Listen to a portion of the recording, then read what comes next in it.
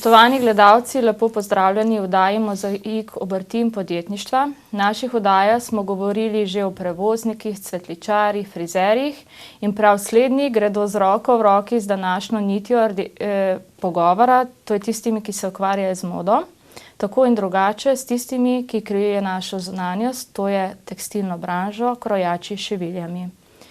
Že večkrat smo omenili, da govorimo o zelo starih obrteh in prav pri nas v Krškem je krojaštvo eno najstarejših obrti, saj prav krški krojaški ceh velja za enega najstarejših na slovenskih tleh. Izhaja iz konca 14. stoletja. Danes pa smo v letu 2014 in v studiu pozdravljam dva gosta in mojstra v svoji dejavnosti, in sicer Nado Merlin, lepo pozdravljena, za katero lahko rečemo, da je mojstrica svojega poklica pri kreiranju in šivanju oblačil po meri, ter gospoda Mira Sevška, tudi predsednika sekcije tekstilcev pri Krški obrtni zbornici, drugače pa izhaja iz proizvodne šivanja oblačil za delo, ali kako ne rečem. Tako je, pozdravljeni vsi skupaj. Ja, iz proizvodnje za delovna oblačila. Postavila bom prvo vprašanje, da malo razbijemo kar za oba. Prej sem omenila ene take častitljive letnice krojaštva v Krškem. Sta vedela, da je vaša stroka najstarejša v Krškem oziroma ena najstarejših v Sloveniji? Nada? Prvič slišim, nisem še to slišala za to. Jaz se tega spomnim iz osnovne šole, iz kakšne zgodovine, pa tako, da je res krojaški ceh menda v Krškem med prvimi zaživel. In poznam to stvar, no, in je to dobra popotnica bila za naprej, izgleda. Ja, krški krojaški ceh, kot sem prej omenila, izhaja konca 14. stoletja in je eden najstarejših na slovenskih tleh. Pa morda veste, kakšna pravila so bila v tem cehu? Sigurno so imeli neka pravila igre. Jaz o pravilih nisem ravno poučen, sklepam pa, da so verjetno bila bolj enostavna, kot so danes. Narobe. Narobe, evo. Bom jaz kar prebrala, ker sem si pač prej pogledala. Iz zapisa je razvidno, da so imeli krški krojači dva bratovščinska oltarja, in sicer oltar naše ljube gospe v Jezusovi cerkvi ter oltar svetega Lenarta, zaščitnika krojačev, ne vem, če ste to vedela, v cerkvi svetega Florjana. Bratovščino so bili sprejeti tisti mojstri in pomočniki, ki so bili zakonskega rodu. Svojo obrt je moral upravljati kvalitetno, moral je biti poročen ali pa obljubil, da se bo poročil v roku enega leta, moral je biti meščan Krškega, ob sprejemu v rod je moral plačati renski gold dinar in dati funt voska ter ostalim mojstrom pripraviti pojedino. Člani so morali dati dvakrat letno blagajno po 6 krajcarjev, dolžni so bili dvakrat letno pomagati pri izdelavi sveč, moral se odzvati vabilu cehovskega mojstra na razgovor, če ga je poklical. Če je umrl član ceha ali njegova žena, je moral vsak član priti k obredom. Če se jih ni udeležil, je bil kaznovan tako, da je moral vsak kvartni ponedeljek položiti na oltar svetega Lenarta pol funta voska. Tako da pravila so bila kar stroga. To je delček pravil. Zanimiva pravila. Zanimiva, ne? Nisem vedel, hvala za lekcijo. Ja. Tako malo smo se sprehodili, sicer ne po modni brvi, pač pa skozi zgodovino, ki je krojila krojaško usodo, vašo dejavnost, vašo pot. Tako da postavljam iz sedanjosti vprašanje za oba. Zakaj odločitev za to pot, da krojita, šivata naša oblačila? Pa dam kar Nadi. Prednost. Tako. Ja, kar se mene tiče, se je začelo s skiciranjem risb modelov oblek. In posledično sem želela potem tudi to ustvariti, zašiti in pač podlaga znanja sem pač iskala potem na tekstilni šoli naprej. In iz tega izhaja pol vse to, kjer sem pač danes. Že otroštvo najbrž kake otroštvo, tako že oblekce, lutke, punčke, malo že, ja. Ampak tisto ta glavno, kar me je pa najbolj pol, je pa to, ko sem začela risati skice, da sem se pol odločila za to pot naprej. Pa Miro? Ja, tako, jaz izhajam iz obrtne družine, torej starša sta imela svoje čase v Krškem poznano klobučarstvo. V bistvu začela sta že tistega davnega leta, ko sem se jaz rodil, tako da sem v bistvu od malega naprej skozi bil v delavnici. Spomnim se, da sem pri 4 letih na očetovih kolenih prvo kapo zašil na nek način, zdaj kakšen je bil to izdelek. Pustno, skratka, nekako skozi me ta obrt na nek način vlekla, upenjala, čeprav sem pol v najstniških letih v bistvu sam, ne vem še sam zakaj, in danes mi je žal nekako pobegnil iz teh vod in sem se odločil za drug poklic. Pa ste se potem nazaj vrnil, ne? Ja, sem se pa pol nazaj v tekstil vrnil, ker sem to res znal delati, zdela se mi je priložnost takrat v tistem času, zdaj pa vztrajam. Lepo. Nada je povedala, da je že kot otrok rada risala skice in tako naprej. To pomeni, da je bila iz otroštva tista želja. Pri vas je bilo pa stvar drugače, kot ste rekel, da ste pobegnil v nek drug poklic, to je elektro, če se ne motim. Zato kako to, da je pač vaša šolska izobrazba bila čisto v drugi smeri, kar počnete danes? Pa verjetno je to v tistem času bolj bilo nenavadno, kot je danes. Ne? Danes ni nujno, da boš tisto, za kar se izobražuješ, da boš na koncu življenja to stvar delal in počel. Recimo takrat, jaz sem pač elektrošolo sem takrat hodil, ker me je to zanimalo, ker sem tiste čase bil radioamater, enostavno me je potegnilo. Ne? Moram pa reči, da se pa danes na nek način mogoče malce sam za to odločitev, ker bi mi pa vseeno prav prišlo še kakšno strokovno znanje, tako šolsko, ki ga pa pač nisem imel priliko na nek način dobiti. In sem skozi v bistvu bil na nek način odvisen od teh delovnih izkušenj, ki sem na nek način od otroka naprej pridobival v domači šivalnici, kar so mi starši dali povedali. Seveda danes je drugače, danes imamo fantastičen medij, internet in moram reči, da jaz ga s ta veliko žlico uporabljam in iščem tam informacije, kaj in kako. Pa tudi v bistvu, kar se samega poklica tiče, se družim s takšnimi ljudmi, ki mi lahko dajo neke dobre informacije, kar se tiče samega tekstila, naše proizvodne in ravno tako jaz nazaj. Torej, družimo se obrtniki na nek način, skupaj in si pomagamo. Povedali ste, da nadaljujete obrt in sicer klobučarska dejavnost je bila pri vas doma. Ta dejavnost je v Sloveniji zelo, zelo redka.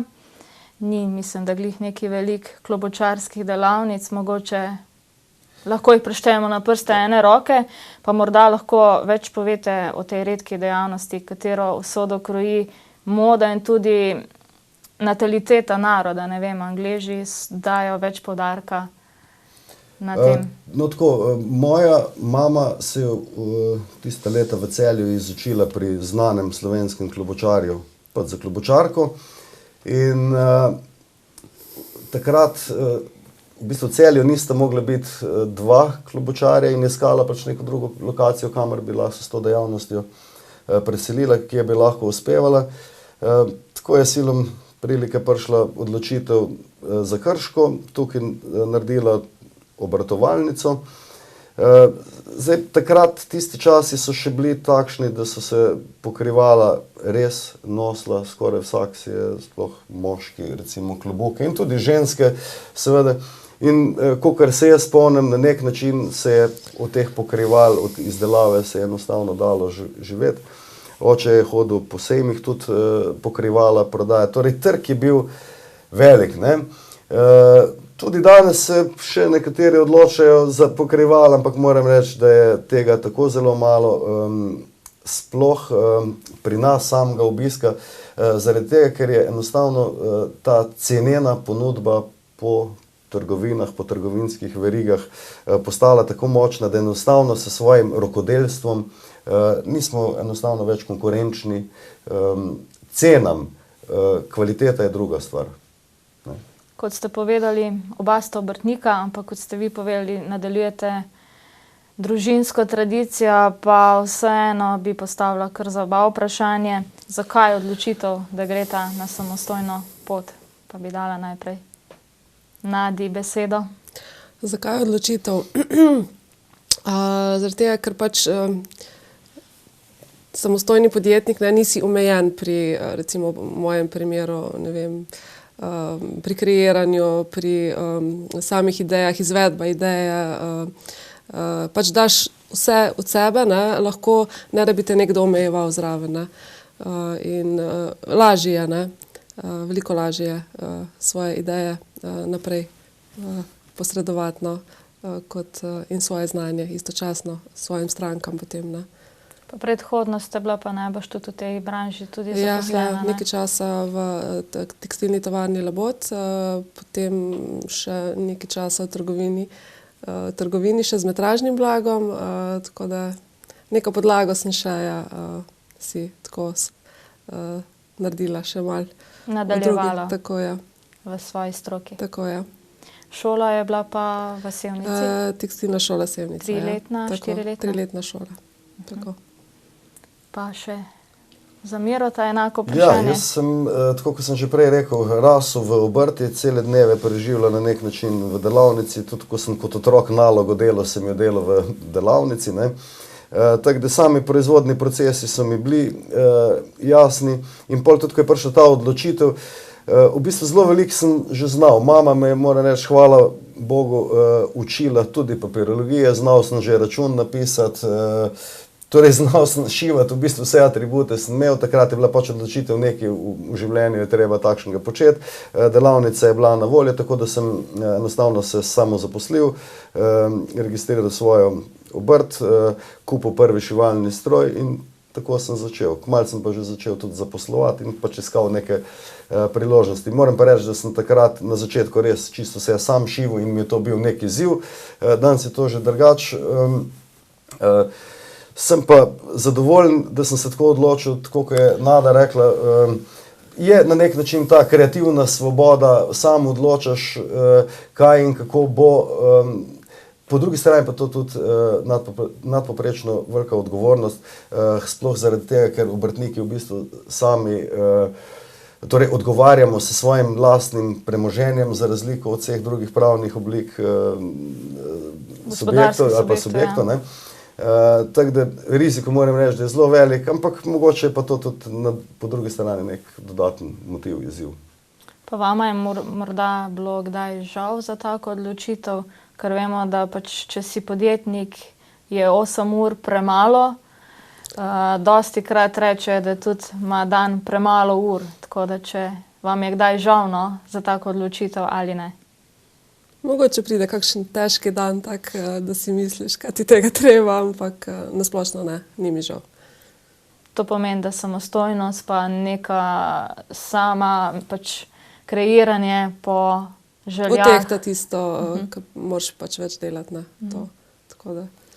Tudi jaz bi se pridružil tem, ne, sem bil včasih, ali pa redki trenutki so bili v dilemi, ali bi še vztrajal ali ne bi vztrajal, zaradi same, ne vem, rekel, zakonodaje, recimo v Sloveniji, ko si v določenih trenutkih tako nemočen, ne, ampak vztrajam, ne, in sem vesel, da sem vztrajal tudi v tistih najbolj takih kritičnih trenutkih.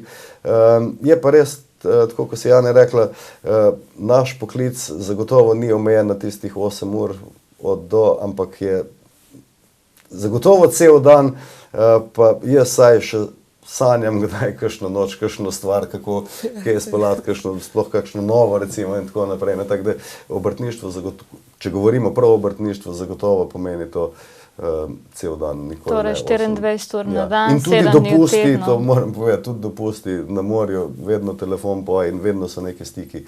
Skratka, ne more se izključiti. Ne? In mogoče še to je zelo pomembno in zagotovo nas je vse strah bolniške. V bolezni. Ja. Ker ste dejansko res sama, ne? Odvisni je od sebe. Od sebe, ne. Pravi, da se pravi podjetnik s tem že rodi, očitno to velja tudi za vaju. Zdaj gremo pa bolj na druga vprašanja, tako da bi Nadi postavila vprašanje. Vi pa kreirate oblačila za vsakega posameznika individualno. Kje najdete navdih za vaše kreacije? Ja, predvsem So to, internet veliko, potem z raznih revij. Drugače pa, če gremo bolj na svoje kreacije prav, pa največ navdiha v naravi velikokrat tudi, v umetnosti prav tako, tudi kar se tiče oblik, dodatkov. Drugače pa tudi, ne vem, glede na to, da delam pač šivam po meri, tudi za sprot, ko delam z blagom, velikokrat pride še za kakšne dodatke navdih zraven, na osnovi tega, kakšno je pač blago in tudi za kakšno stranko delam. Pa je težko dobiti ta navdih ali včasih tudi kaj zablokira? Pride kakšen slab dan, ja, tudi. Pa je mogoče včasih takrat pustiti to stvar bolj pri miru, pa potem mogoče kakšen dan pozneje ali pa kako uro pozneje vzeti spet v roke, ali pa malo ven na zrak iti, pa malo predihati se, pa lažje naprej se dela. Do sedanjih oddaj smo govorili o različnih dejavnostih, katerih novitete predstavljajo tudi dejansko modo, pri vas pa govorimo res o modi v pravem pomenu besede. Nada, kako vi gledate na modo, ali jo spremljate, upoštevate proporce, želje strank, ali gledate res izključno na novitete modne, ki so na trgu? Moda sama, novitete modne, v bistvu to je neka smer, ne? Ampak kar se tiče potem pa strank, pa pač predlagaš in na osnovi njenih proporcev, v bistvu mer in na osnovi njenega karakterja tudi, kar rada nosi.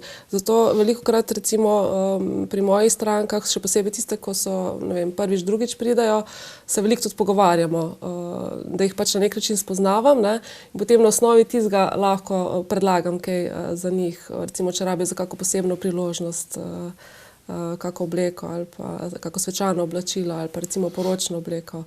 Tako da ni, recimo moda ti da ene smernice, ne, ampak ti moraš to modo prilagajati potem na stranko, na njeno postavo. Tako. Moda, ja. Miro, vi sicer izhajate iz proizvodne dejavnosti, delate zaščitna oblačila, delovne oblačila, ali tudi tu gledate na modne trende? Tako je, no. Zdaj nekih modnih trendov mislim, da ali pa niso tako izraziti v bistvu v naši branži, ne. Je pa tako, da mi iz leta v leto v moji proizvodnji nadgrajujemo naše modele, imamo pa mogoče malo drugačne iztočnice. Prva stvar je, da izjemno skrbimo za dobre tkanine in nasploh za dobre surovine, zaradi tega tudi naše podjetje je pridobilo certifikat slovenska kakovost, ki na nek način tudi kupcu zagotavlja, da je sam produkt kvaliteten. Torej, prva stvar pri nas so tkanine, drugo je sama izdelava. Modele, mislim, da imamo kar v redu dodelane. Zdaj, kar se pa mode tiče, toliko ni, je pa bolj pomembna stvar, da se tudi jaz moram pogovarjati s kupcem, s stranko. Namreč delovna oblačila seveda uporabljajo v različnih poklicih in tudi vsak poklic ima na nek način svoje potrebe, kako bi naj bilo oblačilo funkcionalno. Tako da iz tega pogovora s stranko pač vidim, kaj bi bilo treba, na katerem delu oblačila bi mogel biti večji poudarek in to ponavadi s stranko, s kupcem skupaj uskladiva. Kar se pa barv tiče, pa če rečemo, da so včasih bile samo modre delovne obleke. Halje, ne? In halje, ne.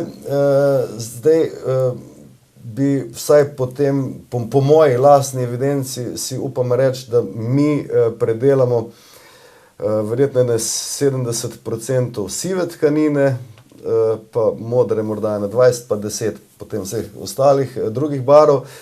Torej, siva je na nek način postala najbolj taka barva v tej naši branži, ker je tudi dobra in enostavna za kombinirati z drugim barvom. In tudi najbolj se ni tako občutljiva. Pri delovnih oblačilih tudi, ne? S tem pa, da uporabljamo pasivih verjetno 6-7 različnih odtenkov, tako da tudi tukaj imamo zelo proste roke, ne? Pa še to mogoče okoli teh barv, da ko krojimo ali pa ko izdelujemo, ko nastaja nek nov model za novega kupca, vedno tudi izhajam iz barv logotipa podjetja, ki bo ta oblačila nosilo, ne? In v bistvu iz iz barv v logotipu potem poskušamo sestaviti neko obleko, ker je to tudi v kasnejši fazi vezano na vezenje logotipa na oblačilo, namreč mi tudi vezemo in delno tudi tiskamo neke stvari, torej opremo oblačilo z vsemi logotipi, to, kar stranka želi imeti, tako da na koncu je to ena dejansko celostna podoba zaključena in tudi naša stranka se praviloma, ko to dorečemo, ko to izdelamo, ta model oblačila praviloma ostane kar nekaj let do, ne vem, spremembe, mogoče logotipa. Ja, in je to dejansko celostna podoba, spet ene vrste ogledalo podjetja napram trgu, kupcem in tako naprej.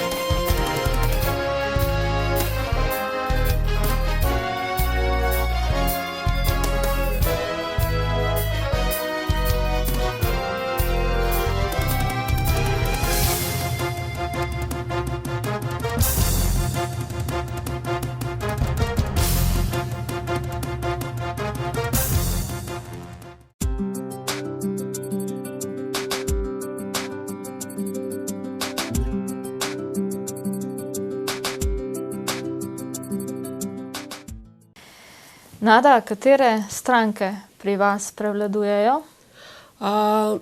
Predvsem stranke, ki imajo rade malo drugače, ki se oblačijo malo bolj posebno, ali stranke, ki proporcije mirne odgovarjajo na splošno tekstilnim standardom, pa ne dobijo potem trgovin, ne vem, ali so dolžina nog ali dolžina rok. Pa stranke, recimo za kakšne posebne priložnosti, ki želijo imeti čisto narejeno po meri, pa da so res unikatne obleke. Ko govorite o strankah, so to kaj ženske, moški, Ja, otroci? jaz delam bolj kot ne za ženske stranke, ja. Pride pa jaz ne vem, za kako otroško oblekco še ali pa kaj. Sam otroška konfekcija je danes tako poceni, da se jim niti ne splača. Razen če hoče celo podobo imeti, recimo, ne vem, primer za eno poroko, da potem je pač fantek ali punčka zraven tudi nekje podobno oblečen, ali mogoče, ne vem, za moškega kako kravato posebno, pa poročen lajblec, recimo, tako bolj. Drugače pa ja, Prevladujejo 25% so ženske. Tako. Tako da bom postavila kar tako vprašanje na primeru, ker ste rekla, da pač prevladujejo predvsem ženske, pa delate tudi svečana oblačila, kot sem slišala. Ne vem, k vam pride neka gospa v srednjih letih, ne ravno idealnih mer, no? Ker če bi bila idealni, bi sigurno tudi v trgovini kaj našla primernega. Zaradi izdelave svečane obleke za sinov maturanski ples in ima željo, da je videti kot hollywoodska igralka. Kakšno obleko bi ukrojila? Vem, da je sicer to težko na pamet govoriti, ker nimate stranke pred sabo, pa vseeno, no.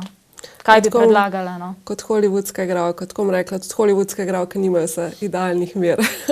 Tako da ja, za vsako se da narediti, da se lahko počuti kot hollywoodska igralka. Pač pogled, mislim, na osnovi njenih mer ji predlagaš določene modele, tako večinoma pridejo prej na svetovanje. Tudi ne samo kroje, tudi glede barve in ja, lahko zašijem tako, da je potem videti kot hollywoodska igralka. To pomeni, da obleka naredi človeka. Točno tako, ja. Mero pri vas sicer ni najbolj to tako glih, ampak vseeno, tudi sodelujete s podjetji po, ne vem, individualnih naročilih, kot ste prej rekli, da delate celostne podobe, pa vseeno, sigurno tudi po merah. Ni samo ti standardnik kalup, ne? Se mi zdi, da sploh v zadnjih 2-3 letih, da je procent teh delovnih oblačil po merah izjemno narasel, ne. Včasih je to, bi rekel, ta naša branža, ta smer delovna oblačila, se je to v večjih tovarnah, v velikih serijah delali vse po istem kopitu.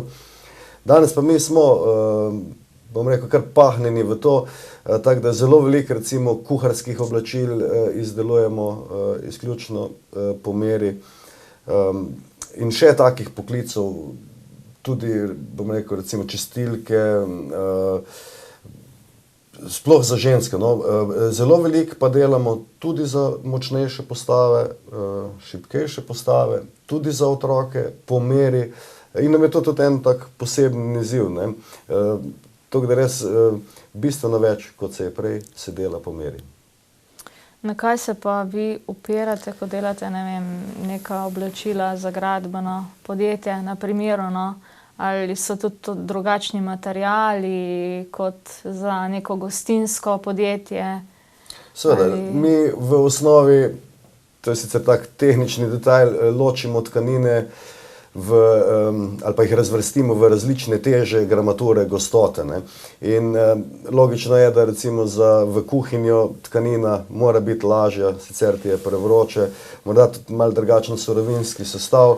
Po drugi strani, če opremljamo podjetje, ki se pretežno ukvarja z varjenjem nekih kovin, kjer so zelo visoke temperature, uporabljamo 100% bombaže različnih gostot in tež, da pač drži vse te stvari. No, druga stvar, električari, mizari, recimo, so pa neke srednje tkanine,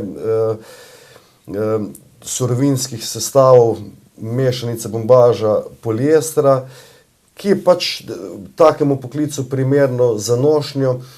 Vedno je pa skupni imenovalec pa rok uporabe. Torej, mi vemo, da neko oblačilo pač mora trajati vsaj 1 leto, pa si upam trditi, vsaj po povratnih informacijah naših strank, da z veseljem in uspešno nosijo naša oblačila tudi 3-5 let in tako naprej. Ker bistvo zaščitnih oblačil je, da nas zaščitijo, ne?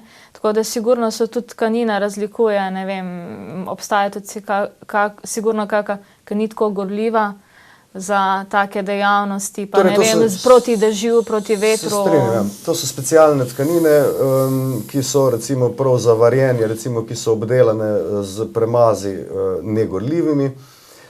In pač recimo, če v takem proizvodnem podjetju, če iskra pade na takšno oblačilo ali pa tudi žlindra, se praviloma obleka ali pa sama tkanina ne prežge.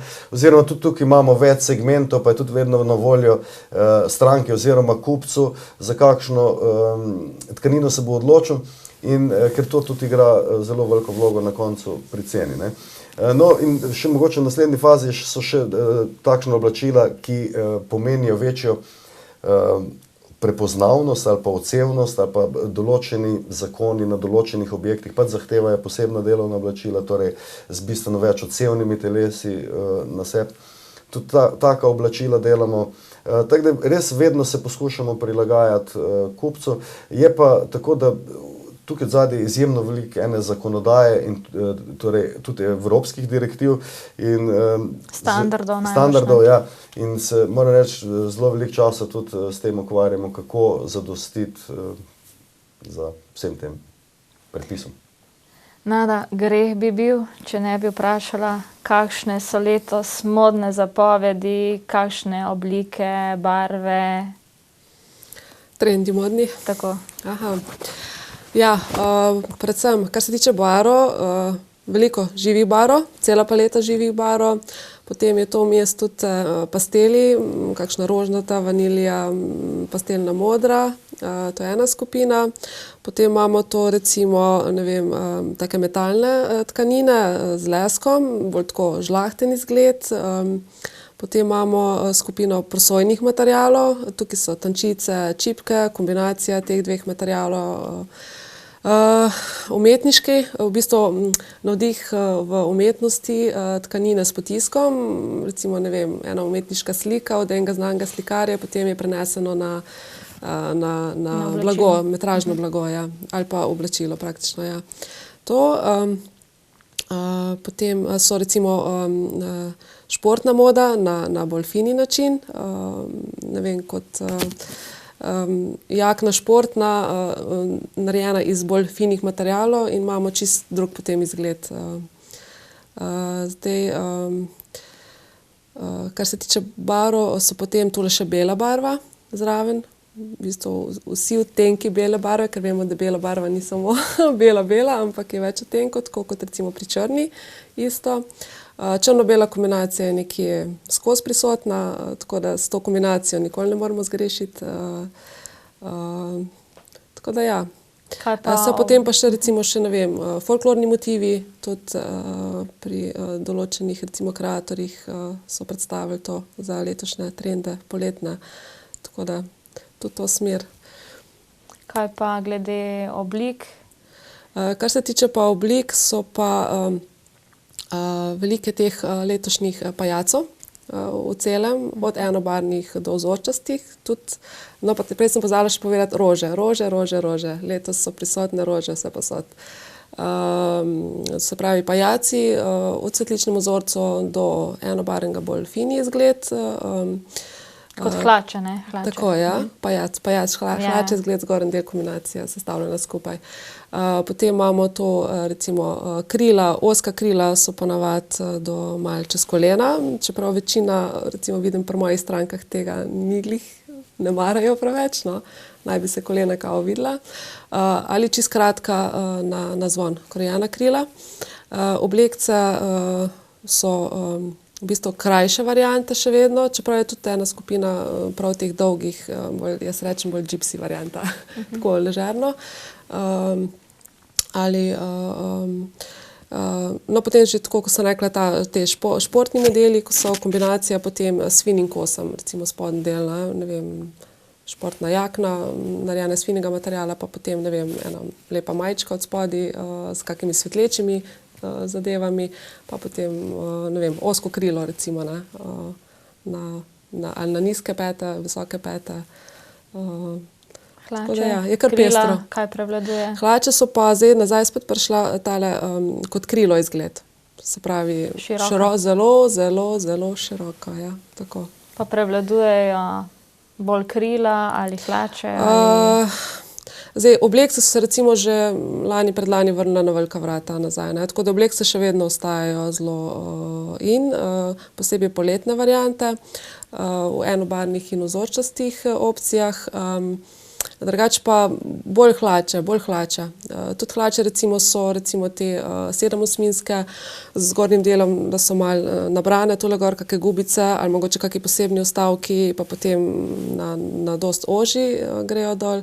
Ali pa modeli so bolj ta cigaret stil, bolj ozki, popet, s kakimi žepi povrh našito ali s kakimi trkovi svetlečimi pri strani.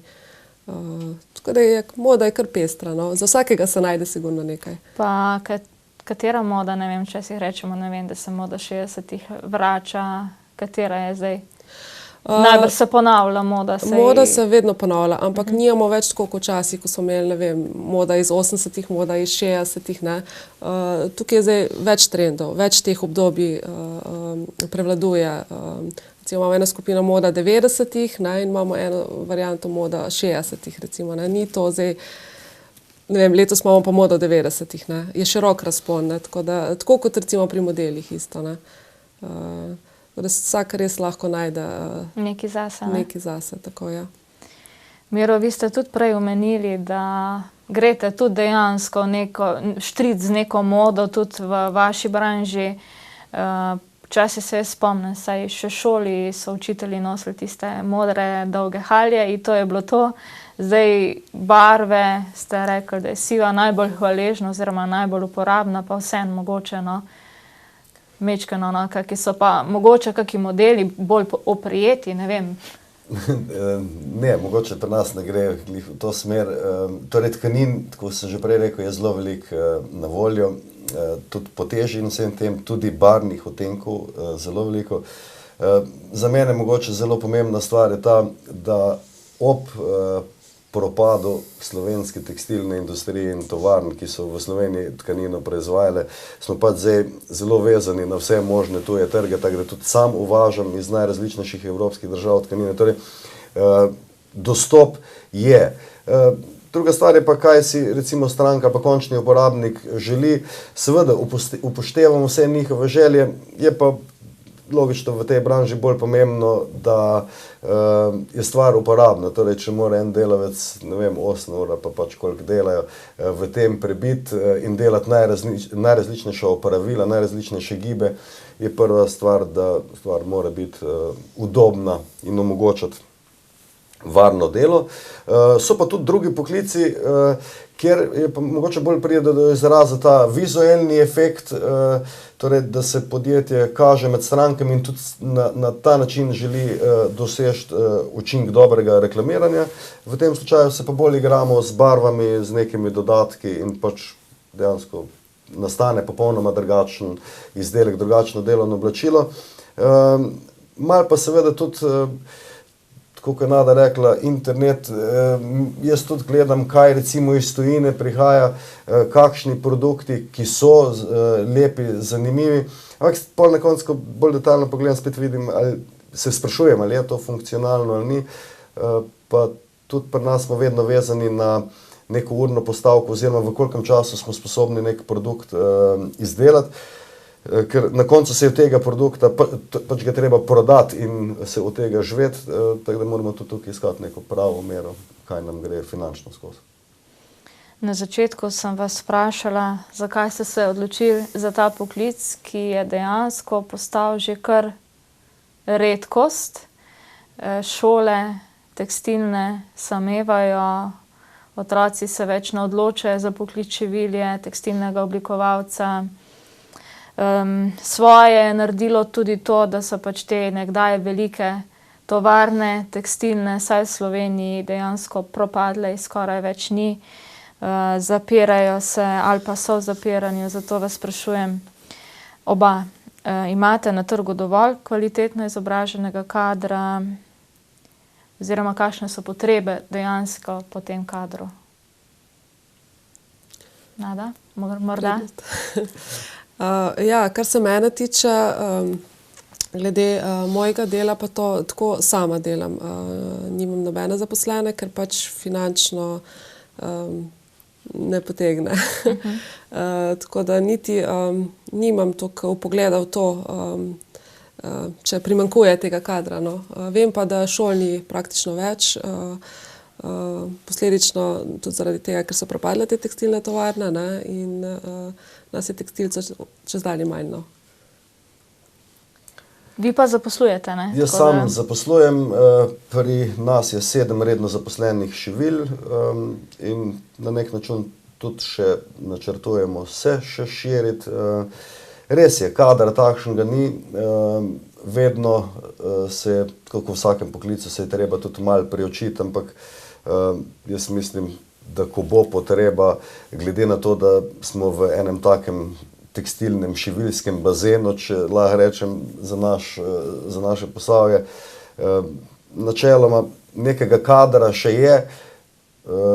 Šola je bila le v Sevnici. Ja, srednjih ali pa takih let. Torej, podmladka ni. Ne. Je pa pomemben podatek, ki sem ga nedavno zasledil, da je v Sloveniji ob osamosvojitvi v tekstilni branži bilo zaposlenih čez 50.000 ljudi. Je ta številka danes približno desetino tega, dobrih 5.000, in še to, če bi sam dostikrat pogledam tudi bonitete, konkurence in tako naprej, vsi smo pa na nekih minimalnih dodanih vrednostih, ne? In to nas je enostavno pripeljala ta, rečemo temu, ali politika, ali globalizacija. Vsa ta podjetja, jaz sem v bistvu z vsemi slovenskimi tovarnami, ki so izdelovale blago, več ali manj sem sodeloval. Danes, ne vem, v Škofji Loki Gorenjska predilnica, da še dela edina uspešno, edino tako podjetje, da še funkcionira. Vse ostalo, torej, je zgodovina. Ali je to bil moto, torej uničiti to, tako da smo danes na tem našem trgu. Res je, to je ena taka posebna pozicija, torej nimaš za sabo neke industrije, a naj bi izdelal nek proizvod. Tukaj se vsi iščemo in to je za nas vse novo in to ne piše v nobenih knjigah, dobesedno smo na nek način inovatorji.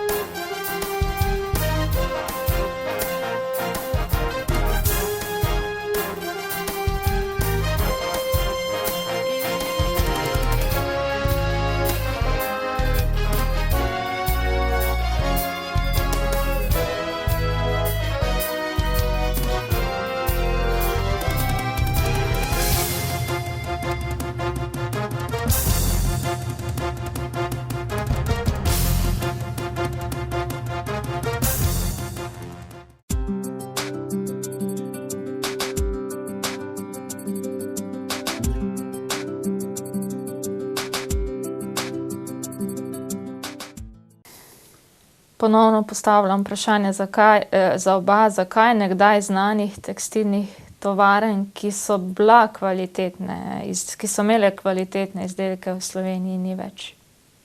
Če znate odgovoriti, zakaj? Zakaj? Zaradi globalizacije, predvsem robe iz Kitajske. To je ena stvar. Po drugi strani pa tudi sposobnost vodstvenega kadra. To blagovno znamko. V bistvu, ne vem, Mura, te slovenske tekstilne tovarne, ko so bile priznane in so imele zelo visoko kvaliteto, mislim, da niso znali primerno tržiti, no.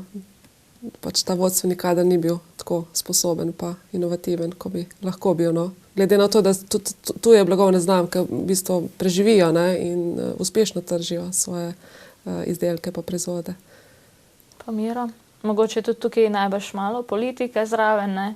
Pa ne bi kaj preveč govorili o tem, no. Ta tema je izjemno uspešna in težko je, ker se nekje v sredini utakniti pa o tem debatirati. Ampak dejansko, ne, če je politika ali pa te smernice svetovne in globalizacija nas do tega pripeljali, meni je najbolj hudo, ko se z ljudmi pogovarjam, ko premlevamo to na nek način bližnjo zgodovino, da smo v naši okolici, ožji okolici, imeli tako uspešno podjetje, kot je Labot, kot je Jutranka, Lisca in tako naprej. Če se omejim sam na ta naš konc Slovenije, to so bila nadpoprečna kvalitetna podjetja in tudi danes ugotavljam, da v teh podjetjih, torej kvaliteta je vedno bila na prvem mestu in izdelka in že tudi samih surovin, to, kar sem prej tudi za sebe poudaril. Tako da še danes v pogovorih vidim, da recimo ljudje ne morejo pozabiti otroških oblekcev, oblačil, ki jih je proizvajala Jutranka. To je bilo večno oblačilo, ne?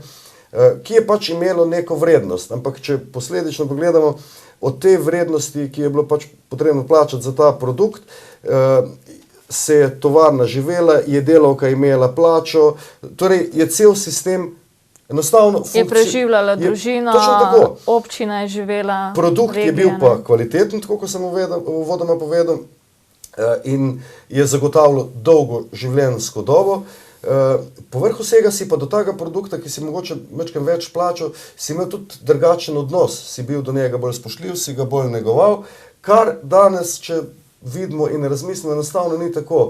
Vse, kar se tekstila tiče, pa tudi v ostali produkti. Greš v trgovino, kupiš poceni in jaz nisem sicer takšen, prav rad pogledam na kvaliteto in tako naprej, ampak dejansko miselnost pa vem iz pogovora, da je takšna. Kupi poceni stvar in že tudi ni več nujno, da ta stvar ima neko primerno ali pa pričakovano življenjsko dobo. In enostavno so se ljudje se sprijaznejo s tem, če pa je že po 14 dnevih kar za v smeti vrš. Ampak jaz mislim, da to ni naravno, ne? Kaj smo si naredili? Nimamo več nedelovnih mest, na veliko se uvaža, torej ta denar dajemo nekam, pustimo kam, v neke azijatske države.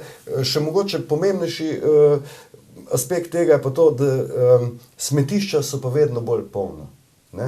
Torej kupujemo za nek kratek rok in zato jaz pravim, to ni naravno.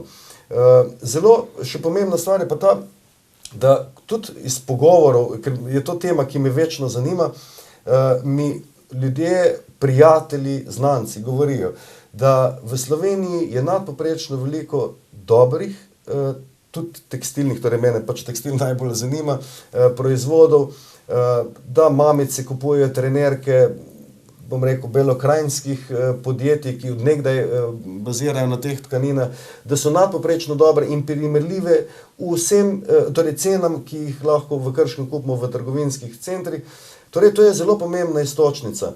Počas dobro bi bilo, da bi se ta naša slovenska zavest obrnila v to smer, dajmo kupovati naše produkte, ker bomo res s tem zagotavljali tudi neka delovna mesta in posledično tudi kvaliteto. Ne? Sej jaz, če v naši okolici prodam toliko pa toliko delovnih oblačil, na vsaki delovni obleki piše Sevšek in je gor naša telefonska številka.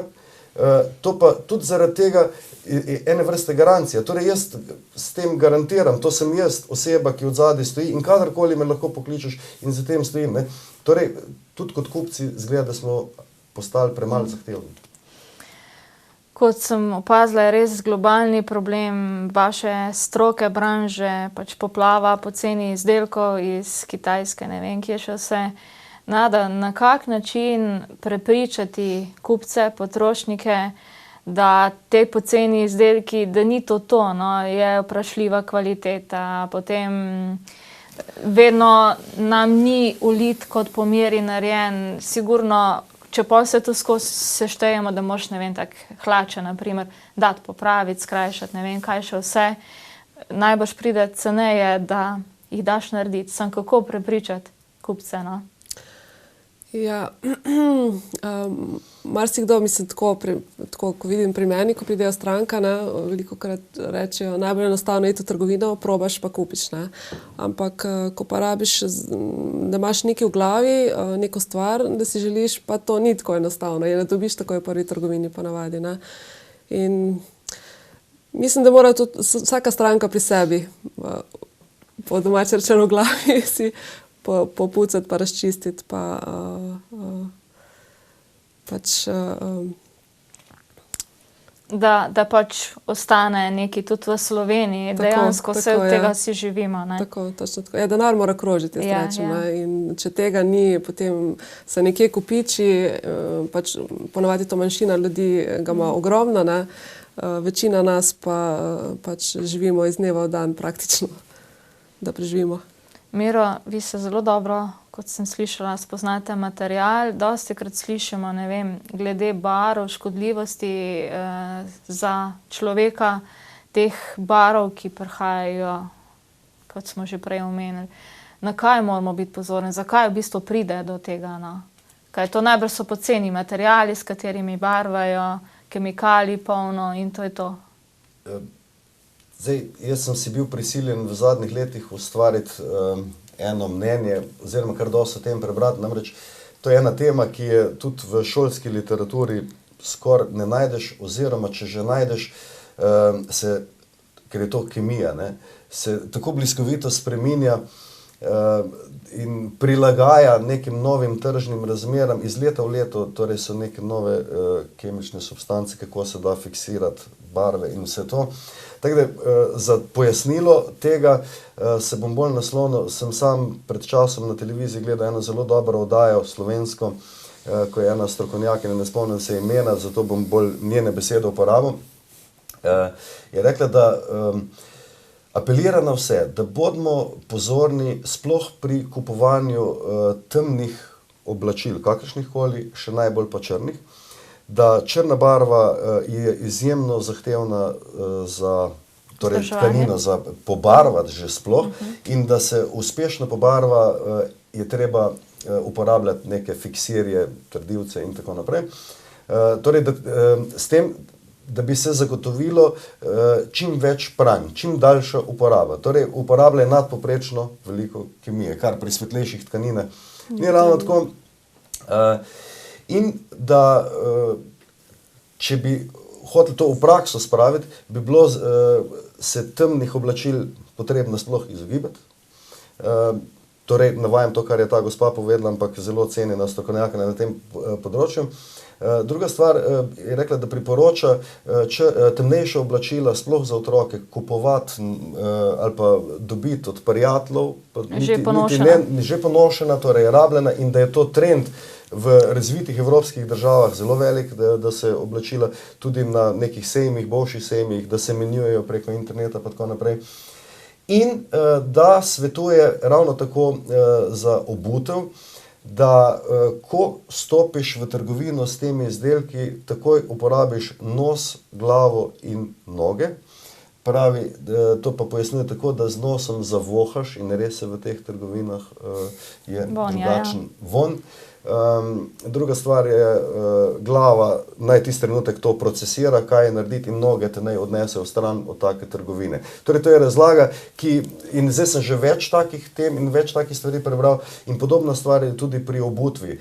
In mogoče logičen aspekt mora tukaj biti, če oblačila in obutev nam vozijo iz, jaz rečem temu, azijatskih držav, logično, tam je drugačna klima, transport po morju, zahteva pač neke dodatne obdelave in tukaj zraven so kemikalije, kar pomeni, če bi v Sloveniji imeli svoje tovarne tkanine, bi tkanina bila izdelana po slovenskih standardih, bi jo mi lahko po naših standardih predelali in naši kupci kupovali točno tiste stvari, kvalitetne stvari, ki ustrezajo našem trgu in vedno bi imeli možnost in reklamacije, dodelave in vseh takih stvari. Skratka, na etiketi, ki je všita na tkanini, na oblačilu tega ni razvidno, ne? To je težko na ta način komentirati, ker v bistvu vsak proizvajalec je dolžan označiti, pač kakšen produkt je. Zdaj, kako Pa označi pa druga zadeva. Kako pa označi ali pa sploh tisto, kar iz tujine prihaja, pri nas je pa res drugo vprašanje. Ko govorimo o tem pač problemu, ali je to samljen problem, ali so še kakšni drugi problemi v vaši dejavnosti, vaši stroki, kaj vas stare, oziroma kaj je največji problem poleg tega poceni izdelkov iz teh držav? Nada? Kaj nas najbolj tare, poleg poceni robe? Kateri so tisti največji problemi vaše stroke še, no? Težave, ovire? Zdaj, kar se tiče pri SP-jih, recimo, ne, tako kot sem jaz sama zaposlena, mogoče tudi ta sama zakonodaja, ne vem, glede dajatev, v bistvu pritiska, država pritiska na vse načine, ne, in tudi tukaj bi bilo treba veliko stvari še urediti, da bi malo lažje v bistvu pelo svojo pot naprej, ker praktično ti daješ tudi v državno blagajno nazaj, ne, denar, in če te že tako tlačijo, to ne pelje nikamor, ne, slej ko prej pa lahko tudi zapreš, kar je pa naredilo že veliko. Davki, davščine. Tako, ja, tako. Zakonodaja pa če je tašno kot je, ne? Ja. Pa še morda, No, Miro? Pri nas bi rekel tako, kot sem že prej rekel, tkanine so nam dostopne, dobri šivalni stroji, rezervni deli so nam dostopni, delovne sile jaz upam, da je in da še vsaj na nek način bo, oziroma se bomo priučili pa tako naprej. Za nas mogoče največji problem na nek način je ta uvoz, ne, iz tujine, ki je pa tako, ne, da mi s tem enostavno s svojimi produkti na domačem trgu nastopamo isto kot na globalnem. Torej, globalni svetovni trg nam narekuje cene, ne, in te cene so izjemno nizke in pač s tem se moramo nekako znajti. Drugi, ali pa bom rekel, naslednji faktor je bil pa tako, kot pravi Nada, pa država, ki nam iz dneva v dan nalaga ene nove zadolžitve, naloge in ko se obrtnik, ko si se prisiljen soočiti z vsemi temi paragrafi, željami, torej, da si popolnoma ustrezen vsem zakonom, je dejansko težko zagotavljati, ker v končni fazi v takem obsegu, ko mi poslujemo, ti moraš najprej delati, ne, in si nek denar zaslužiti in šele potem ta denar lahko nameniš za neke druge take stvari. V tem našem času, pa če rečemo, pa so segmenti od varstva, predela in tako naprej, in to so stvari, ki jih sam enostavno ne moreš naštudirati in moreš najemati zunanje, torej outsourcing, neka zunanja podjetja, in to seveda vse stane in tukaj smo res v enem takem začaranem krogu. Zahteve za, vsaj za ta nivo obrti, v bistvu od naše ljube nam države, so absolutno prevelike. Kaj pa delo na črno oziroma šušmarstvo? Gotovo je v vaši stroki kar precej prisotno. Malo doma, kdo se šije komu kaj, brez računa, brez tega, da ima sploh obrt. Kako pri tebi? Pa mislim, da kar se moje stroke tiče, je tega skoraj ni več. Tudi te starejše, ko so šivilije, tako ko poslušam, se jim ne da več. Za tista manjša popravila pa to rečem, da bi zaradi tega jaz pol imela dosti manj dela ali pa brez dela, da bi bila, ne, tako da. V mojem slučaju mislim, da neke proizvodnje tako na črno pa doma, da ravno ni. Mislim, da to ne. Se mi pa zdi tudi, da se je začel malo spreminjati zaradi tega, ker nadpoprečno veliko opažam, da mi ljudje nosijo v popravilo siceršnja oblačila, skrajšati hlače, zamenjati zadrgo. Moram reči, pri nas je to v porastu. Sicer za nas kot tako proizvodnja nam je to problem, ampak z veseljem stranki ustrežem, da se jim na ta način pokažem, da še nekaj znamo narediti, pa tudi vedno je za nas to neki izziv. Neka reklama tudi, Ja, ne? mogoče bi Pozitivna. samo še eno stvar na to temo poudaril, da tudi te trgovinski krški centri, nove stvari, nova oblačila, ki jih prodajajo, pa stranki svetujejo, da naj kar odnese k meni, da bom kar na novem že nek druger zamenil, zadrgo popravil. Tako da si na nek način si to štejem v čas, da mi to znamo in iz tega sklepam, da nekdo drug doma tega ne počne. Zdaj, zakaj pa ne, pa bi verjetno kdo drug Potem je počel. to zelo v redu. Ampak Recimo. vidim, da pač največji problem je res ob vsesplošni finančni, gospodarski krizi še novi dajatve, nove davki, novi predpisi, zakoni, ki jih pač moramo upoštevati tako ali pa drugače. Glede na to, da se nam čas kar malo že izteka, bi zaključila z enim vprašanjem, pa vas bi prosila, da pokomentirata ta rek obleka naredi človeka. Kar mora Nada najprej. Ja, bo kar držalo. Tis prvi tis, ne vem, ko srečamo nekoga, vsaj tako pri sebi, ko vidim, pogledam. Pač izgled, urejenost pa to. In, To je že najbrž tudi neka poklicna. mogoče tudi ne, ampak tudi tako, ko se z drugimi starimi pogovarjam, jim je všeč, če je nekdo, ne mislim, da je drago oblečen ali pa da ima vse po meri narejeno, pa tako, ampak da je v bistvu Da je urejen, izgled. da je urejen, tako je. Jaz, kot vidite, sem tako omejen bolj na delovna oblačila in kamorkoli grem, tudi v tujino, vedno gledam delavce, kako so oblečeni, če vidim kakšno tako stvar, ki bi se jo dala aplicirati v naše proizvode. In se omejujem zdaj samo na to branžo, delovno oblačilo, ne, to, kar sam počnem. A ni res, če vidiš enega delavca, da ti pride domov nekaj narediti, pa da je zelo lepo urejen, da je čist, da se mu obleka prilega, da je gor še logotip, to pomeni, da je stvar dosegla svoj namen. In moram reči, da vedno več podjetij se odločuje na ta način kupovati, saj pri nas, ta delovna oblačila, ker dejansko je to ogledalo podjetja. Ja, se strinjam s tem rekom in ta rek še kar naprej velja. Drži. Drži. Miro, Nada, hvala lepa za prijeten pogovor. Vam, spoštovani gledalci, pa nasvidenje do prihodnjič, oziroma se poslavljamo z eno spominom na otroštvo, ko smo poslušali škarjice, hrostavke, po mizi bežite, jopico mi urežite. Nasvidenje do prihodnjič.